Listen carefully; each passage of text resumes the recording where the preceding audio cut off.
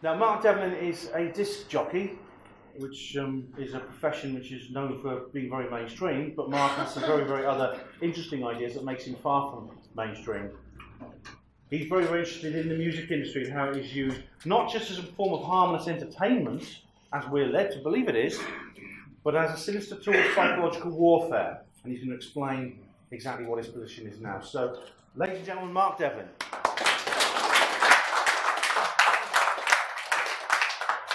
Well, thanks a lot, Ben. And I've got to say, I do love the irony of an alternative conspiracy type event taking place in the establishment city of Oxford. Given that this place is the breeding ground for so many of the elite ruling class types who all attend Oxford University, everyone from Bill Clinton to Osama bin Laden, and everyone in between. So it's great that we have an event of this nature. I think it's the first of its kind in town, so props to Ben for putting it on. I was actually born in Oxford, and it was my birthday yesterday. So thank you. A lot of people are surprised to learn that there are regular everyday folk that just happen to have been born in Oxford and live in these parts and aren't connected to academia in any way. And I'm very happy not to have attended university or anything like that myself. So as Ben mentioned, I'm a DJ, a radio and club DJ, have been for many years. I've put out 2 volumes of my book, Musical Truth, which brings together everything I've come to understand about the true nature of the corporate music industry and the means for which it's really used. I'm going to be touching on some elements of that today, but Ben gave me a green light to do whatever kind of talk I wanted to for this event. So I decided it might be quite fun to take one of the chapters that I've got in the current book, which is all about lifetime actors, culture creation, and social engineering, and expand it and put quite a bit of detail on it. So I'm titling this talk No More Heroes. And I'm not saying no more heroes as in, isn't it a shame that there are no more heroes like there used to be? I'm saying no more heroes as in, we've got to stop giving away our power and genuflecting to these popular icons and these cultural figures that are served up to us, because we don't really know these people. We get to know the Wikipedia version of events, the official version of what they're supposed to be all about, their public image, but we don't really know who these people are, and we can get some clues as to what their true nature is when we start digging into their family connections and some of their affiliations and stuff like that. So this talk is going to be based all around that. I've built in a few gags because I do find that this kind of information, and the information that all the speakers here deal with, is so bloody ridiculous and absurd sometimes, or the reality that we're addressing is so absurd that if you don't have a laugh about it from time to time, you'll spend the whole day weeping uncontrollably in the corner. So feel free to laugh at appropriate points, but only appropriate points. So this guy knew a thing or two about how to cultivate value systems and perceptions in the minds of the general public. Edward Bernays, who was an Austrian Jew. He was the double nephew of the famous psychoanalyst Sigmund Freud. And he was known as the father of PR, or propaganda. He basically invented the art form of formulating a public image for a group or an organization or an individual. And he sure did do some work in his time. He worked with the American military at the time of both World Wars to get the American public to support the idea of the US being brought into World War I and World War II. He's also the guy that campaigned for fluoride to be placed in the water system in America when he was hired by an aluminium producing company, aluminum for our American friends, and they realized that they had this byproduct of the aluminium production process, and it was a chemical poison basically, didn't know what to do with it, hired Bernays, and he saw to it and made it happen so that fluoride was put into the water supply of the American public in conjunction with the Dental Association, who endorsed it by saying, oh, it's good for teeth, it prevents cavities and fillings. So that's the myth that we've lived with all these decades. He was responsible for that. He's also the guy that made sure Americans adopted eggs and bacon as part of their traditional breakfasts. He was hired by a food company to popularise the idea of eggs and bacon being a really protein efficient and healthy way to start the day. He also popularised smoking among women in the American public, so he's got quite a lot to answer for, and did, I'm sure, in 1995 when he finally passed away at the age of 103. They didn't have chemtrails in those days, you see. So here's a famous quote from Bernays from his book Propaganda, which appeared in 1928, and it really sums up what we're talking about here, this whole dynamic. He said, "We are governed, our minds are moulded, our tastes formed, our ideas suggested, largely by men we've never heard of. It is they who pull the wires which control the public mind, who harness old social forces and contrive new ways to bind and guide the world." We can also sum up this whole dynamic in just the great title of these 2 volumes of a book put out by Neil Sanders, who's a professional hypnotist and also an author and researcher. He put out this book called Your Thoughts Are Not Your Own. And this encapsulates the often held view that if people don't undergo any kind of higher-minded conscious awakening and attend events such as this and get alternative type information to the mainstream, you can spend an entire human lifetime under mind control where you actually don't have any original thoughts of your own, which have not been cultivated and fomented for you by the social engineers of this world. That's the dynamic that Bernays was talking about. And the unfortunate truth is there are large numbers of people in this world who fall into that category. Every thought they have, every value system, every belief, every prejudice has been formulated for them. So the first part is false heroes and role models. There's plenty of them. There was a KGB agent who became a defector, a whistleblower. His name was Yuri Bezmenov. And over the years, he's produced a number of lectures where he's talked about the subversion process that Russia has used on its political enemies going through the years. There are many different aspects to it. And he made the point that if you don't want a subversion tactic to be obvious to the target population, then there are various covert ways in which you can do it. And one of the most effective, he pointed out, was the creation of false heroes and role models. We've got a document here where he's detailing many of these subversion tactics that were used by Russia during the Cold War years. And you can see number 4 on the list here states culture, false heroes and role models, addictive fads, and mass trends, I think is supposed to be there as well. It's the cultivation of these fads, trends, movements, and the Pied Pipers, the leaders that are seen to be putting them into place. And a brilliant way to get an entire society, an entire nation to think the way you want them to and to adopt the belief systems that you want them to is to do it by way of false heroes and role models. People that are inserted into popular culture that the nation instinctively looks up to and listens to, and they trust them. And that's the big mistake, placing your trust in these people when you don't really know who they are. We can look at some examples of false heroes and role models. So Marcus Allen addressed this briefly this morning. The situation with Jim Morrison's dad, Jim Morrison of the Doors. So, as we heard, his father was the Navy Admiral George Stephen Morrison, and he was the commander in charge of the fleet of ships involved in the Gulf of Tonkin non-incident false flag, which catapulted America into the Vietnam War.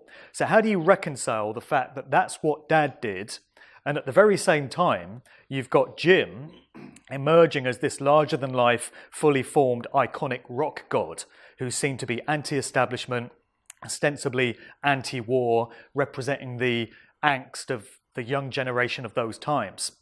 Well, the only way that you can reconcile these elements is when you understand that these people are inserted into popular culture and served up to us, rather than the public choosing its own heroes.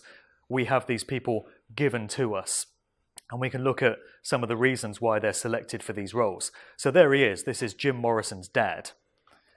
and we now know a little bit about his true nature. There's a great quote here from Joe Atwill, the author and researcher, and this is taken from one of the Unspun podcasts that he used to do with Jan Irvin. Sadly, they've fallen out since. Insert face palm here. We won't go into the details, but these were great shows where they really took apart how culture creation works. And they did this one show where Joe was focusing on Jim Morrison and the Doors. I've included this quote because it really sums things up. So he says, Jim Morrison and the Doors. Now you've got the son of the admiral who led the false flag fake attack in the Gulf of Tonkin that starts the Vietnam War. Who is this guy? He comes out of nowhere. He's very attractive and he has this appetite for LSD. And because he's a music idol, he influences people. But imagine if he'd come out and said, you know, I'm just the son of military intelligence and they've told me they want to have people take drugs. So please take drugs. Wouldn't really have worked.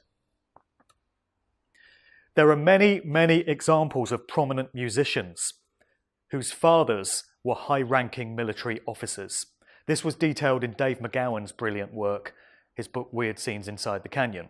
And in Volume 1 of Musical Truth, I've got a whole chapter detailing this whole dynamic of these influential musicians, rock stars, band members that appear in the right place at the right time, influence culture in a very major way. And when you do some digging into the family backgrounds, you find that time and time again, the fathers were Navy admirals or generals, or they were connected to the Pentagon, the Defense Department.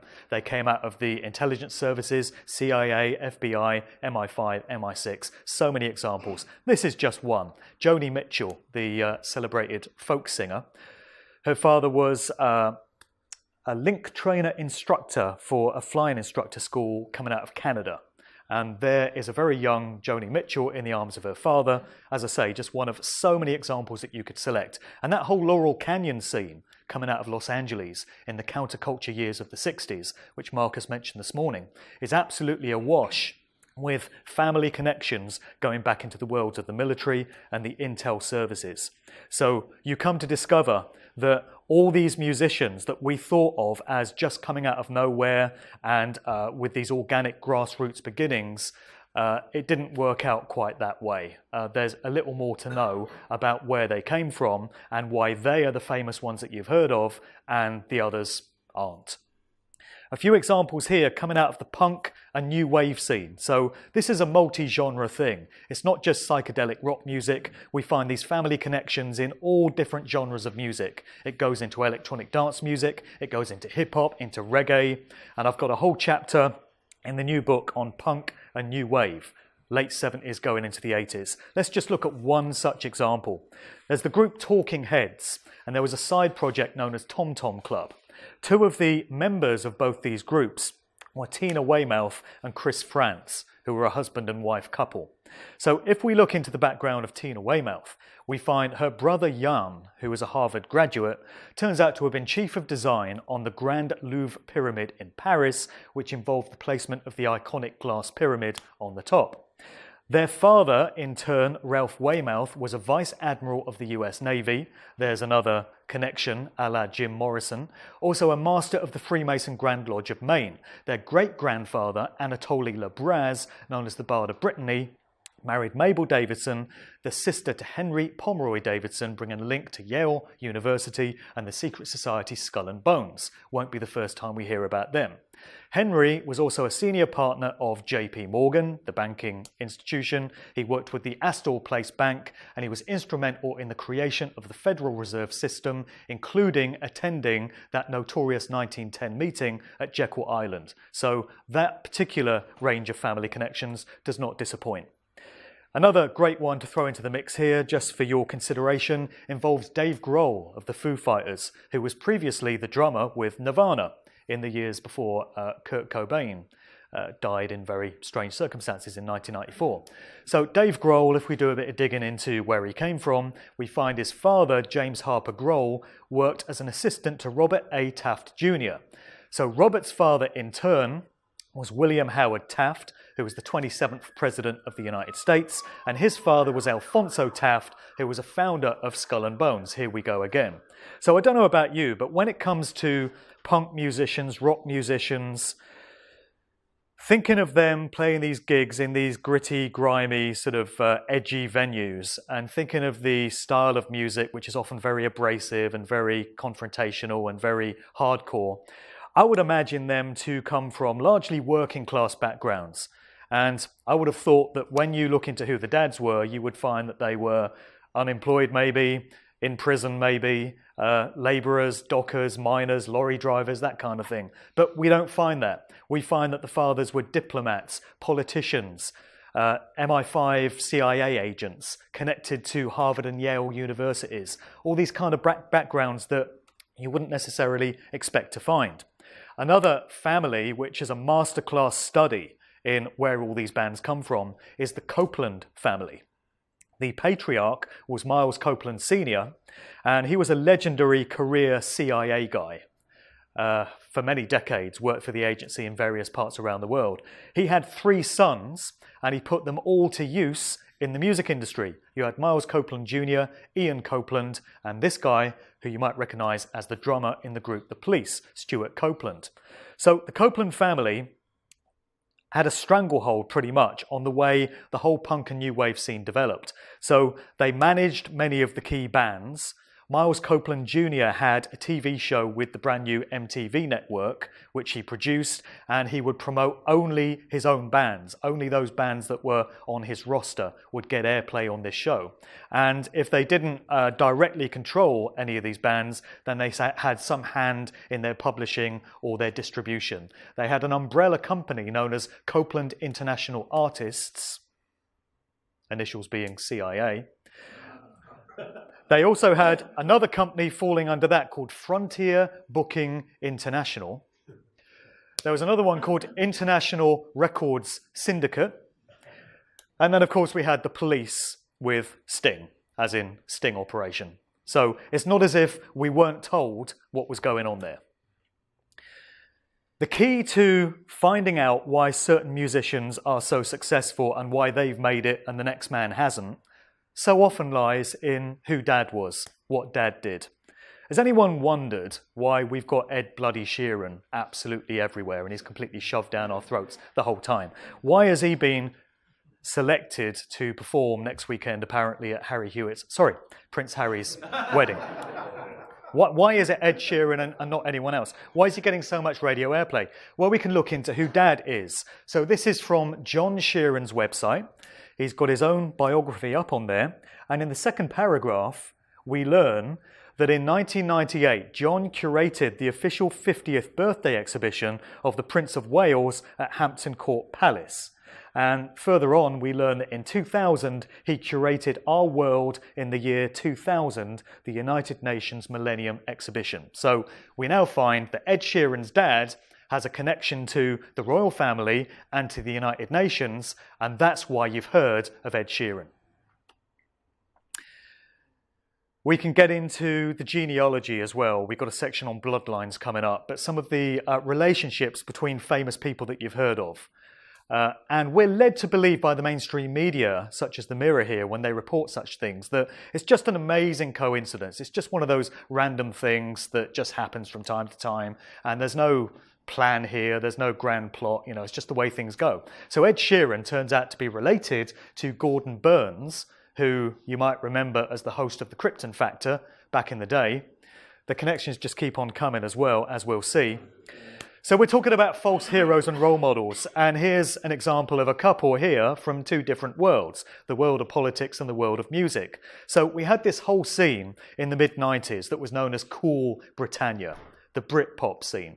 And the idea was that Britain had become cool and trendy again, and we had this scene called Britpop involving primarily Oasis and Blur, plus all these other bands, and it was presented to us by the media as the most exciting time since the 60s, when you had the Beatles going up against the Rolling Stones, and Britain was cool again. In actual fact, the whole thing was an exercise in social engineering, and it was designed to win favour for Tony Blair and his new Labour Party, so that he could be ushered in as Prime Minister in the 1997 general election on the 1st of May, interestingly, which is a very significant date in the occult calendar. But anyway, we had this event at number 10, where musicians such as Noel Gallagher were lined up to be seen chatting with Tony and giving the impression that Tony was actually this cool guy. He was down with the kids, used to be in a band himself, played a bit of guitar, smoked a spliff or two, you know. So different from those stuffy old Tories, that grey old John Major, you know. We've turned a corner here, folks. So, you know, that's pretty much what it was all about. And it worked. So Labour got in, and lots of people who really should have known better fell for the hype that Tony Blair was some fresh, visionary, new kind of leader that the country really needed. But it's interesting that a few years ago you had this guy, Kevin Shields, who was a singer with the group My Bloody Valentine.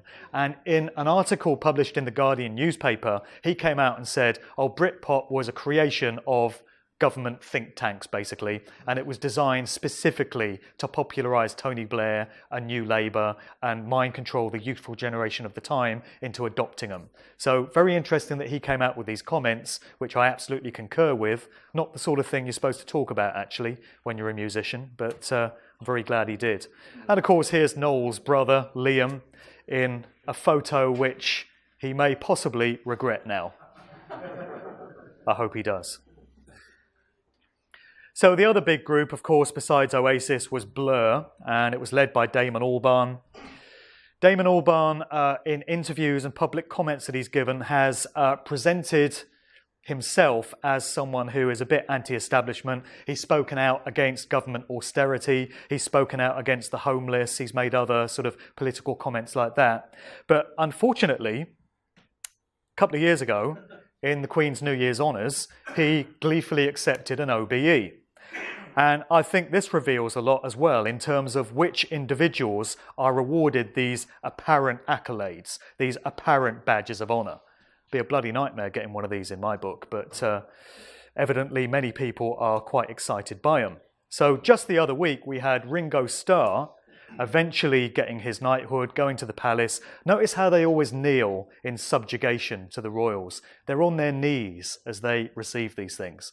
That is very symbolic. So Ringo may well have got his OBE many years earlier, I suppose, if he hadn't made songs like Back Off Boogaloo, which appears to be revealing the truth about the Paul McCartney situation, which I'm not going into in any great detail today because we want to be out here by about 5 o'clock, and it would take me till about November to cover it properly, so I'll gloss over that one. But here he is at the palace, flashing up the peace sign, and isn't that a strange thing when you really think about it? So OBEs, MBEs, knighthoods are awards given by the British Empire, or to represent people that have served the British Empire in some capacity or other. And here's Ringo flashing up the peace sign. Well, what does the British Empire really represent when you go back in history and when you're honest about it? It has been one of the most bloodthirsty, murderous institutions that humanity has ever seen, responsible for untold suffering and misery all around the world. In my book, that's not something to celebrate, and any kind of emblem or mascot of that institution is not something to be proud of. Maybe it's just me, but these celebrities don't seem to have a problem with it, and I find it very ironic that they flash up the peace sign the whole time. This is highly symbolic, isn't it? Bono, if you're going to throw eggs and tomatoes, can you make sure it hits the screen this way, please, and avoids me?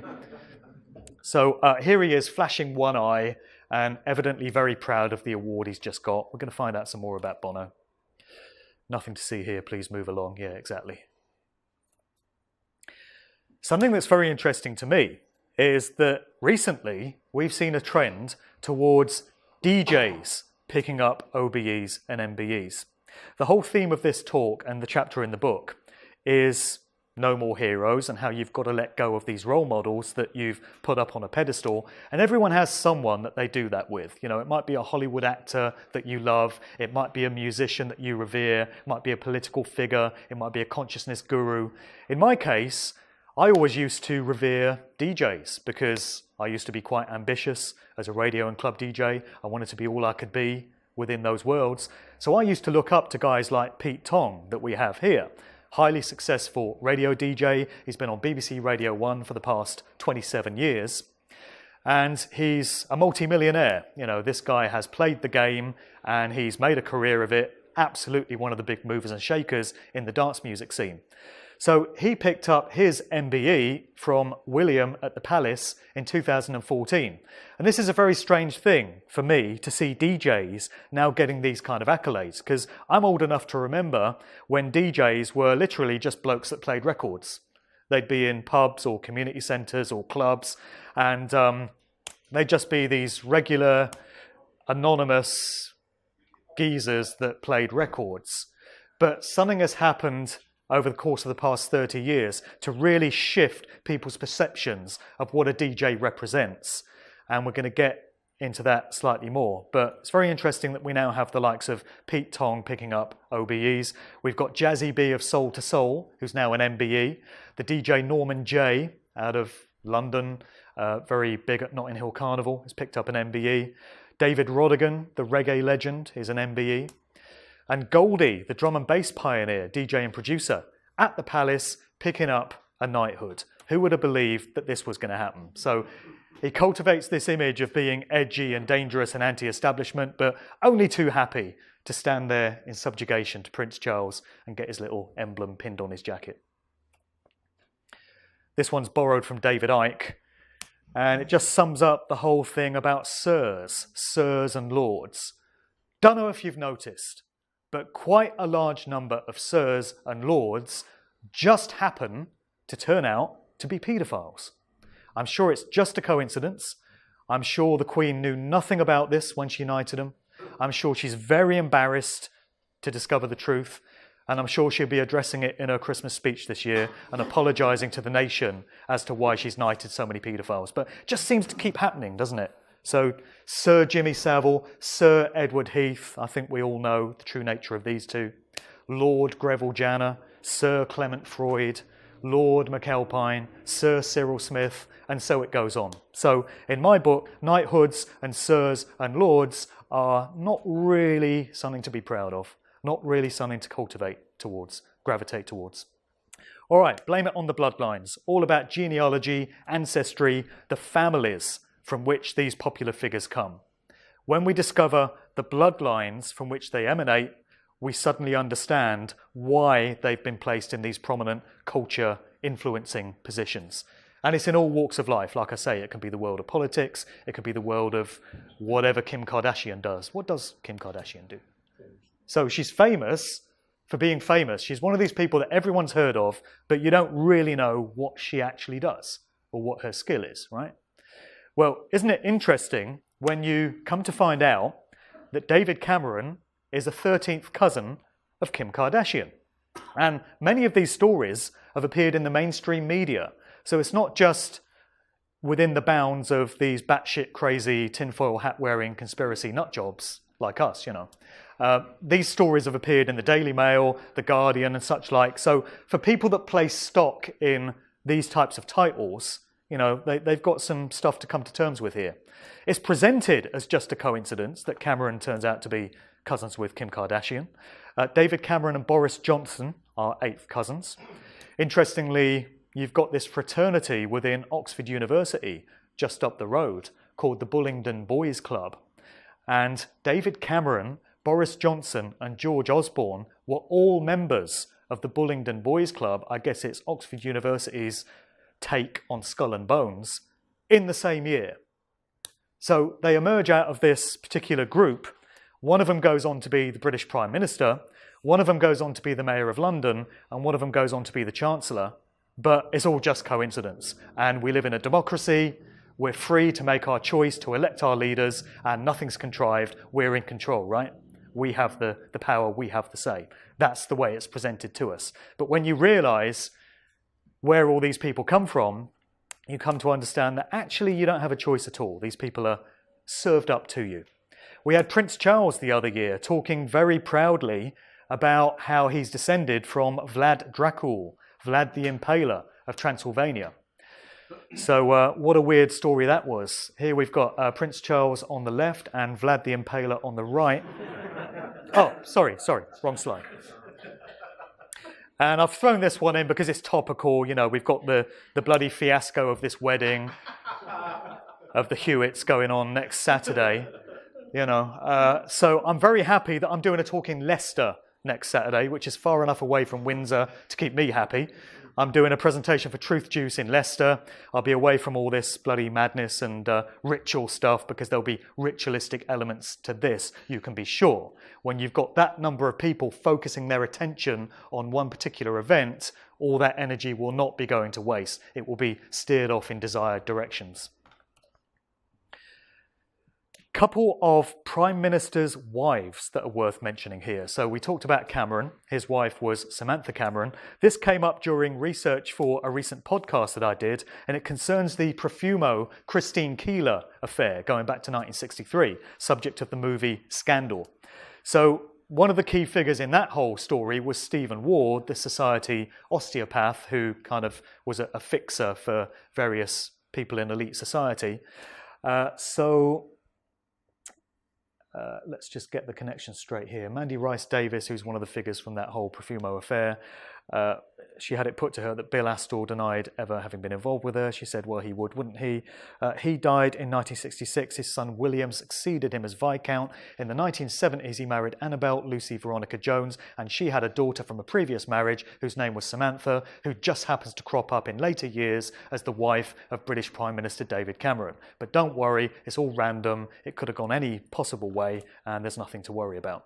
The other Prime Minister's wife worth mentioning is Sherry Blair, wife of Tony.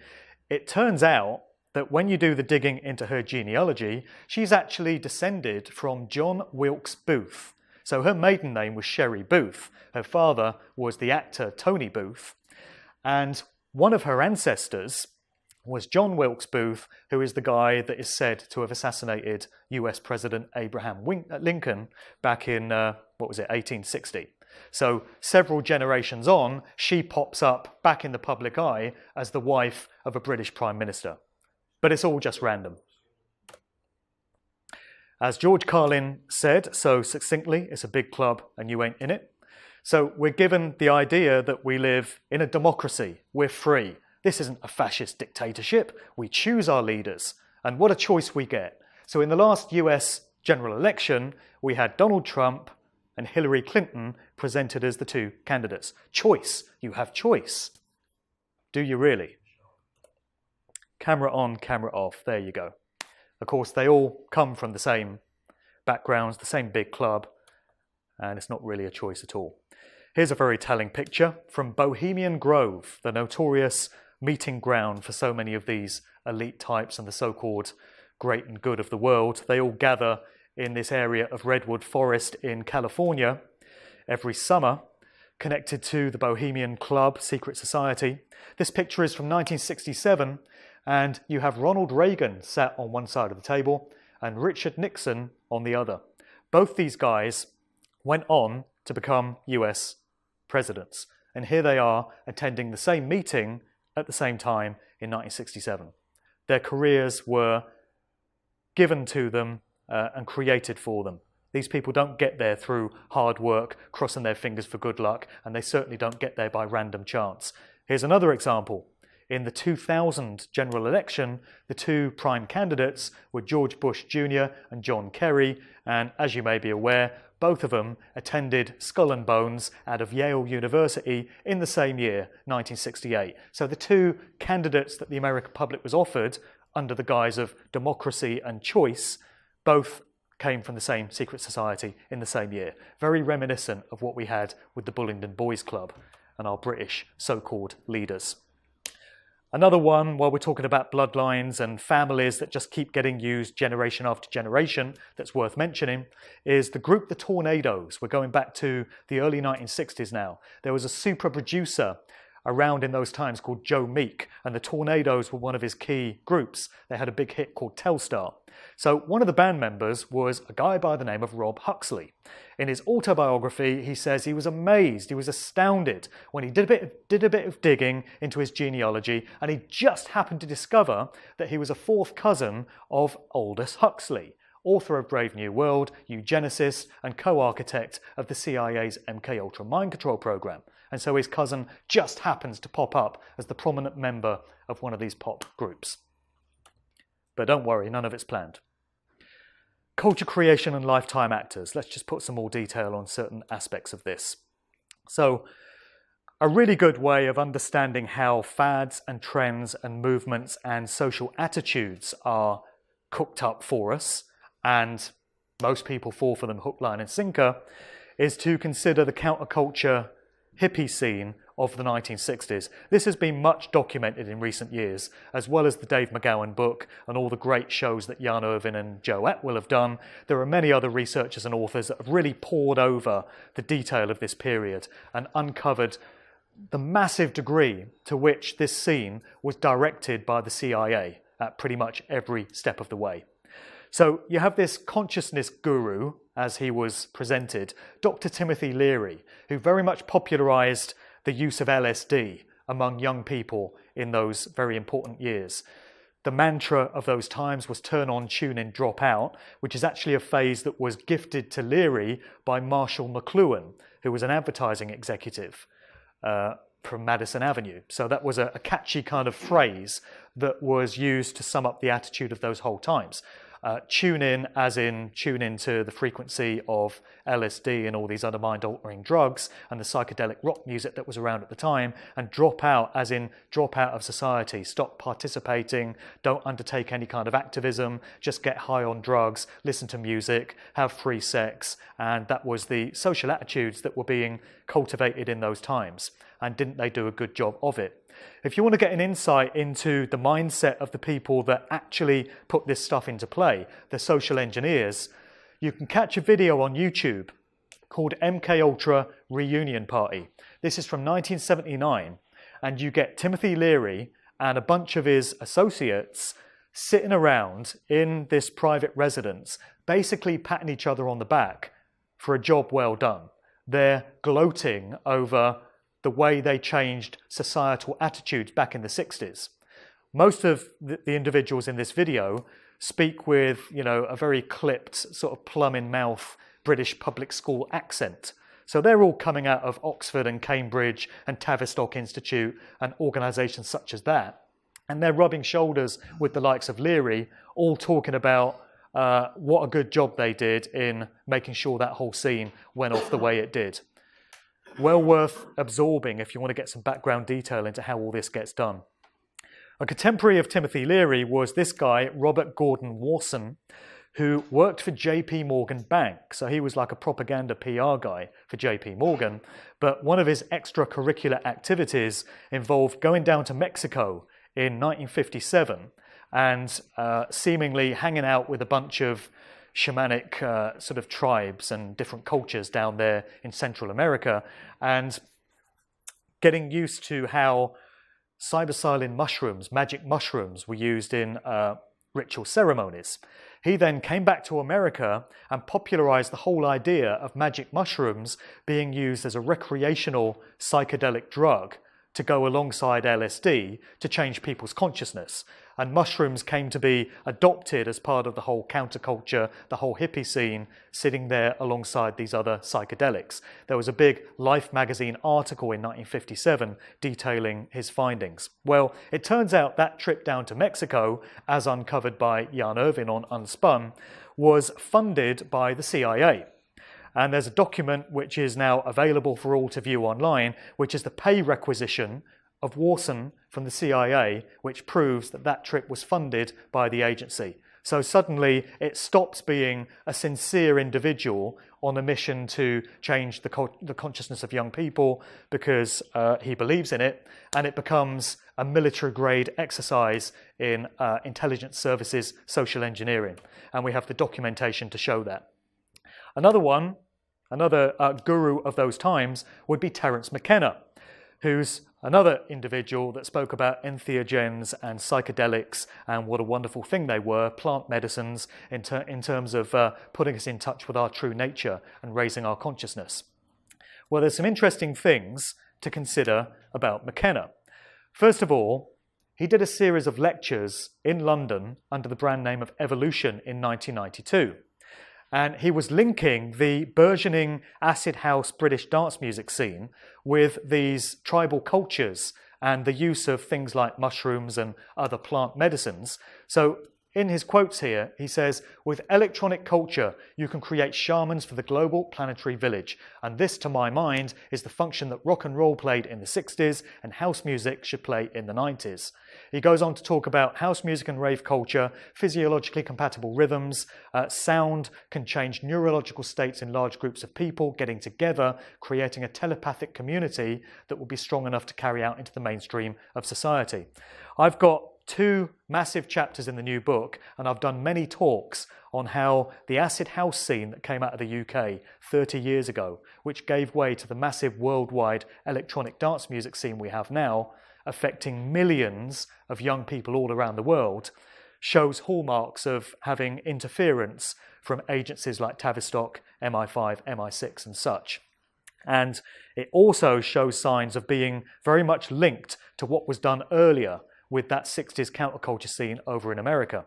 So it's very interesting that McKenna in these comments seems to be making a connection himself between that 60s scene and the 90s scene, and he's bringing in aspects such as how sound frequencies can change the hive mind state of large groups of people, particularly when they're under the influence of mind-changing drugs. Another quote from McKenna that's worth bearing in mind is this one that he made at the Esalen Institute, very much linked to mind control research in California in 1994. So he said, certainly when I reached La Chorrera in 1971, I had a price on my head by the FBI. Note, he actually names the agency. I was running out of money, I was at the end of my rope, and they said, you know, with a mouth like yours, there's a place for you in our organization. And I've worked in deep background positions, about which the less said the better. Then about 15 years ago, they shifted me into public relations, and I've been there to the present. That seems to be a direct admission straight from the horse's mouth that, at least for a period, he was doing work on behalf of the FBI.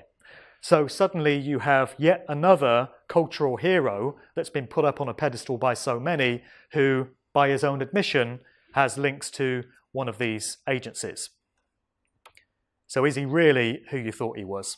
Another great quote that I've included here from Jan Irvin, because it really sums up what we're talking about here, and how when you get access to this kind of information, you have the opportunity to break the mind control if you choose to go with it, if you choose to make that free will decision. So he said, 10 years ago, I released 70 hours of Terence McKenna audio to the internet. Now in hindsight, I'm looking at all of his research and everything going, my God, look what he was into. So it's my duty, having discovered that I was mind-controlled myself, to put this information out there to help others. And they may hate me for it in the interim, and trust me, researchers like us get a lot of hate when you start mentioning certain names that people just don't want to hear. But I think the people who would take the time to actually read the information and look at it closely will find it very liberating, because it's much easier to spend a few hours or days or weeks researching facts than it is to spend a lifetime believing lies. I concur entirely with that, and that's why I do the work that I do, despite the number of haters that it brings. So that whole 60s scene, you had Ken Kesey and his Merry Pranksters, who was also an asset of the CIA, the Grateful Dead, who were very much the poster children group of that generation, who have very heavy ties to the CIA, also ties to Bohemian Grove, and the road manager of the Grateful Dead for a period, well, one of their road managers was Hank Harrison, who's the father of Courtney Love, and there's also connections going back to the CIA there, but another road manager for a time was Alan Trist, who was the son of Eric Trist, who was one of the founder members of the Tavistock Institute of Human Relations in London, this think tank that's all about social manipulation and mind control. But don't worry, the Grateful Dead were just a bunch of hippie stoners that were on our side. Then we can look at Gloria Steinem. Going hand in hand with all these other social changes in the 1960s, we had the birth of the feminist movement, Ms. Magazine and all that stuff. And Gloria Steinem was the figurehead, the Pied Piper for that whole scene, all about getting women out of the home and into the workplace. and presenting the idea that you can be the equal of your male counterparts. You don't have to be at home looking after the kids. You could be out there in the world of work and you can have a career as well. Well, it's very convenient for the IRS, of course, because now you've got a whole new group of society contributing taxes, but it's also breaking up the traditional family unit. It's doing just that, getting women out of their nurturing roles in the home, getting them away from their kids, getting the kids put into daycare under the supervision of the state, and getting women out into the world of work. That's what that whole scene was really all about. It was presented under the guise of empowering females, but we can understand the social engineering aspects of it when we realise that Gloria Steinem was a CIA asset and was on the payroll of the agency. So I mentioned the acid house scene and how that got going in the UK at the tail end of 87 and all through 88. It was known as the second summer of love.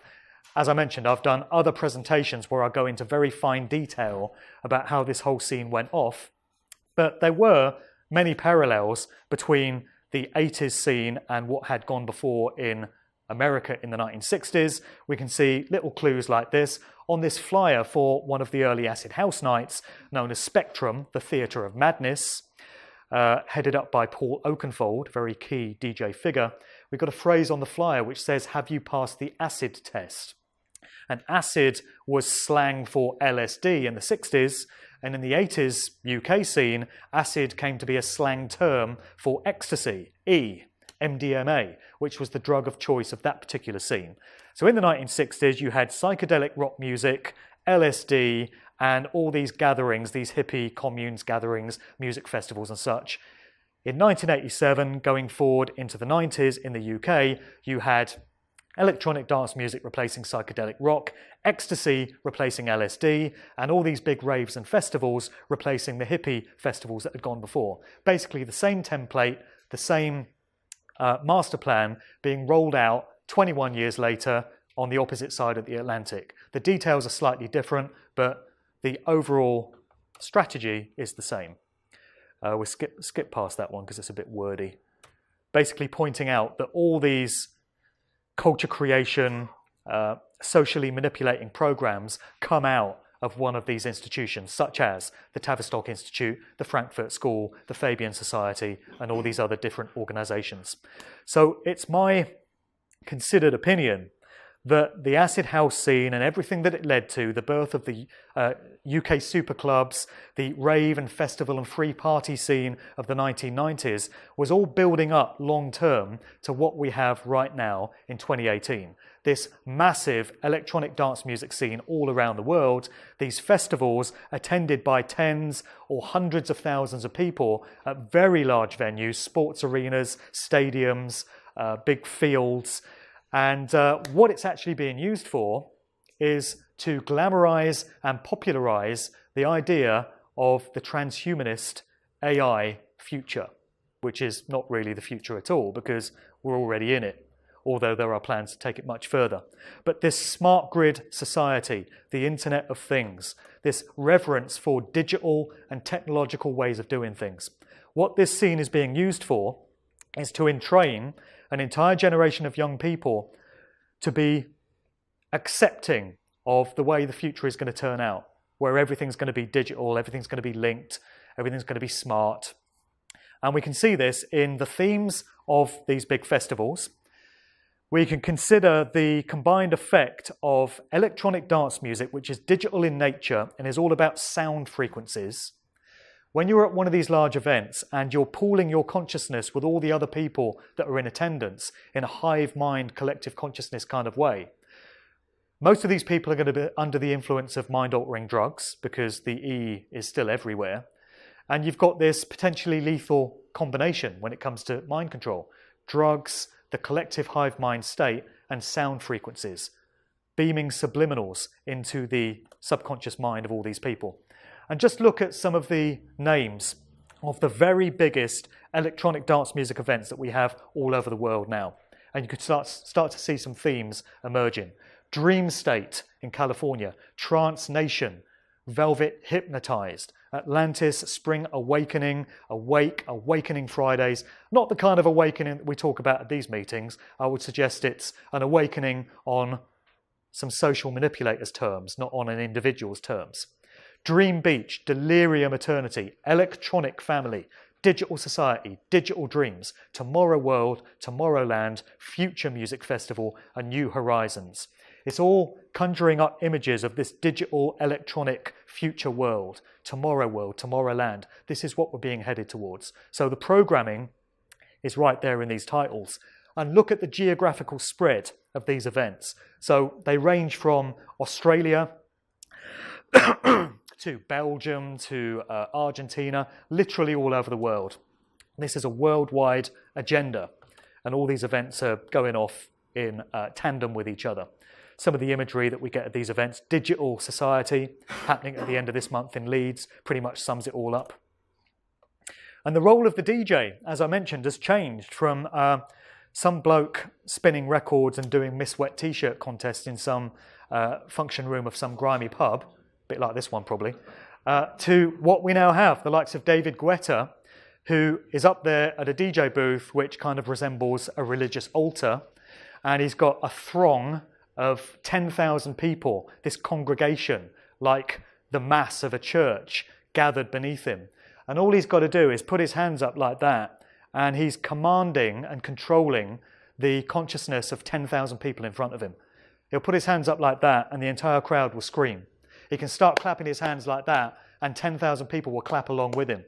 That's the incredible control that these guys now have over massive numbers of people. So they're not going to allow just anyone to get into these kind of influential positions. You can't just rise up through the ranks through hard work and crossing your fingers for good luck. These people are selected for these roles. They're the chosen ones. And that's why there's such a gulf now between the very biggest DJs and how popular they are and how much they earn and everybody else, as any other hard-working DJ will tell you.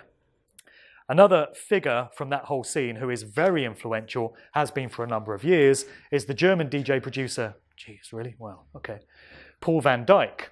And it becomes very interesting to look at the symbol, the sigil, which he's rocked as his main logo for quite a number of years. So it's this interesting triangular design.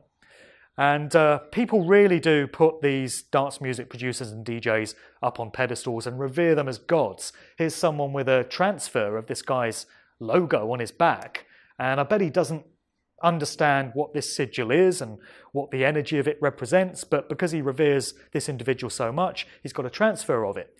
And when you go on these people's Facebook pages, you read comments literally like, "You are my God, I worship you, I hang on your every word, I've named my firstborn child after you." That's the level of worship that people have for these dance music gods.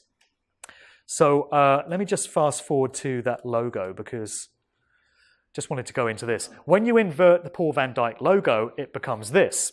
And during the course of my research, I came across this logo, which was used by British military intelligence, MI5, between the 1950s and the 1970s. And you'll notice there are quite a few similarities between the two.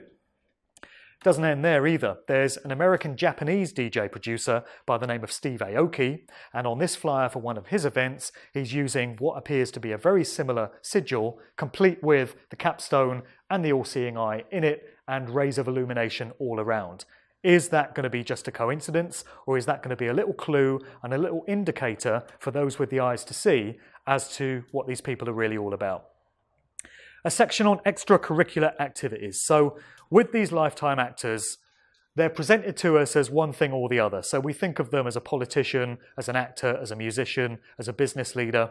But often you find that they undertake activities that are very different to those for which they're known. So we can look at Bill Gates. And everyone thinks, oh, Bill Gates, he's just that nerdy computer guy, isn't he? He's the guy that invented Microsoft. Well, actually, he's a eugenicist. And his father, William Gates Sr., was one of the prominent founding members of Planned Parenthood, which is all about population reduction, and they make no bones about it. So here's a quote from Bill Gates, which gives a little insight into his real mindset. And that just about sums it all up, doesn't it? Many other examples. I'll have to skim through a whole load of these because I've got 107 slides on here and about 5 minutes to do it in. Bono, I think we know what he's all about. You can judge a man by the company he keeps, and that's Bono's true nature. Is he really just a rock singer, or is he a little bit more than that, judging by who he hangs out with and what he gets up to in his spare time. Mark, So, go over time a little bit if you want. All right. I appreciate that, yeah. I'll wrap it up as soon as I can. That's one of the gags, by the way. Arnold Schwarzenegger. This is a surprising one for many. You look at the sort of people he hangs out with, and it's very similar to Bono's motley crew. And you think, well, Arnold Schwarzenegger's just a bodybuilder, isn't he? And an actor. Well, is he? Or is he a little bit more than that? If you're just a bodybuilder from Austria, do you get to hang out with these types of people? This is quite telling. This was Arnold Schwarzenegger winning his first bodybuilding competition in 1967 in London. Look who's presenting the prize. And look at the handshake. It is Savile, yeah. A little bit more to know about Arnie than we might first think, I would suggest. Paul McCartney, or is it? So it seems that lifetime actors never get to retire, and when they're called upon for some extracurricular duty or other, they have to step to it. It's like these Hollywood movies that you see, and there's a cliche of a retired or supposedly retired CIA agent. And, he's been enjoying retirement for the last 20 years, and he goes fishing and hangs out with his grandkids. And one day the phone goes, and they're calling him back in. And he says something like, just when I thought I was out, they pull me back in. One last mission. And I think that's what they do with these celebs. When they're required to endorse a particular campaign or other that's going to serve some agenda or other, they have to step to it. So we have Paul McCartney, whoever he may be, propping up this March for Our Lives anti-gun rally campaign in New York the other week. As I said, I could get into the whole Paul is dead thing. Suffice to say, for the purposes of this conversation, I will just say there has been more than one Paul McCartney. I won't go any further into detail, but there is a lot more to know. And that's really all I've got to say on the matter. Vegetarian activist, worked in an abattoir. It's a good match, isn't it? And please spare a thought for the homeless and destitute this week. Please spare whatever you can. So we're talking about Bob Geldof. He's thought of as the scruffy, out-of-tune lead singer for the Boomtown Rats. That's what he is, isn't he? And the guy that did Live Aid and Band Aid. But recently he was wheeled out as the public face of smart meters. So he's up there saying to everyone, oh, smart meters are the future and everyone needs to get one and it's the efficient way to do things. It just smacks of this individual being completely controlled by those that tell him what to do. And when he's required to head up some campaign or other, they wheel him out. He says his piece and then they wheel him off again. And we see this time and time again with these celebrities. Richard Curtis, no time to really get into him. This crew that are wheeled out for comic relief every year.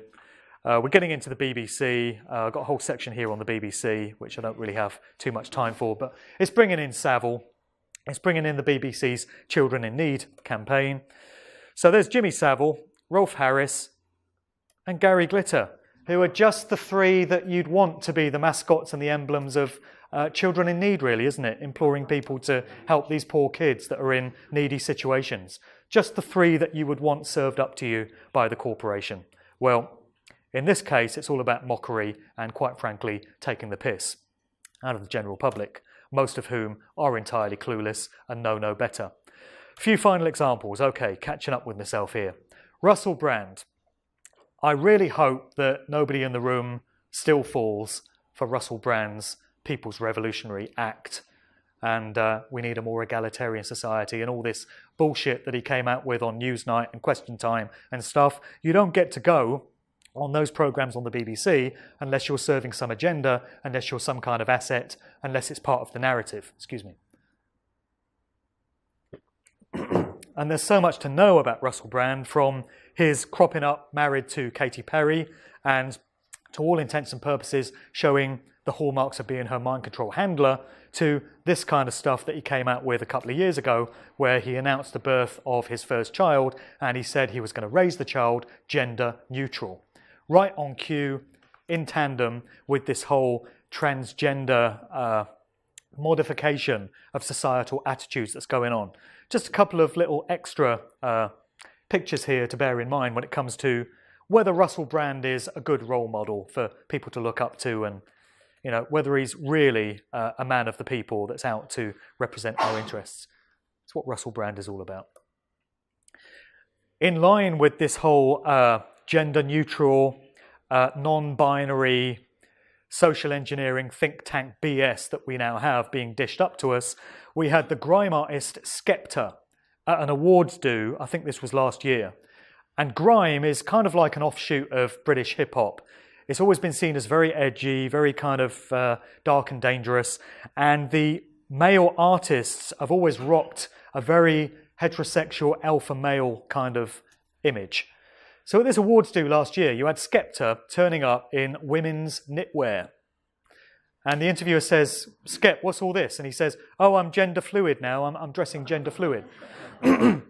Now, is that going to be a conscious, personal decision made on an individual basis by this guy? He wakes up one morning and says, do you know, I'm going to go to this awards do in my mum's jumper today because I'm feeling gender fluid. Or is it more likely that he's acting under instruction from those that tell him what to do, social engineers, in line, in tandem with other changes that are taking place in society to entrain people to think a certain way and to accept transgenderism, non-binary, gender fluidity, whatever you call it, as the new thing that you have to adopt, a new social attitude that you have to be down with, otherwise you're branded as a beast and a bigot. Then we have an example from the hip-hop world of an artist called Young Thug. I'm not even joking. His artist name is Young Thug, and here he is dressed up as Little Bo Peep. And this is part of a very far-reaching agenda to homosexualize and emasculate black males in hip-hop. This is a deep one. I'll go into it some more in the book. But there's a very far-reaching agenda. So if it was just one artist coming out like this, someone might try and make the case for, oh, he's just expressing himself individually. But it's not just one artist. Many, many artists from this scene now are rocking this kind of image. They're wearing women's clothing on stage. And very clearly, it's part of an agenda to change people's perceptions, change people's value systems. That's how social engineering works. That's what lifetime actors and Pied Pipers are used for. And unfortunately, even in this scene, the truth scene, as we think of it, there are certain individuals that I've had to question in recent years, very reluctantly.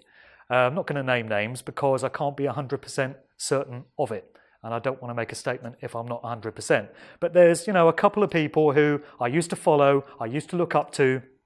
Now I've got some questions about them. So if social engineering and culture creation is working everywhere else in society, I guess we need to expect that in this truth scene or movement, we're going to have some aspects of it there that we need to look out for as well. Wrapping up then, this is a piece of the last chapter of my book, which I think sums up everything that I've spoken about. When you learn about how lifetime actors and cultural creation work, the question becomes, are you happy you were duped and taken into confidence by these people? And would you like more of it? Or are you rather hacked off that you were treated as such easy fodder, rife for manipulation? And now that you understand how the game is played, do you resolve to never be fooled in the same way again? There's no shame in admitting you were bamboozled. All of us are from the earliest age. The dignity comes from acknowledging that it happened and knowing better for next time. So, no more heroes is the key. Just realise that we're our own heroes and we don't need to externalise our power to people that are dished up to us who we don't really know. We don't see these people when the camera gets turned off. We don't see what they get up to when they walk off stage. But we know what we're all about. We can know that we're genuine. We can know that we're worth putting our trust into. We can know that we're the real deal in a way that you can't know about anyone else. This is all that's left for me to say, and I want to thank you for listening.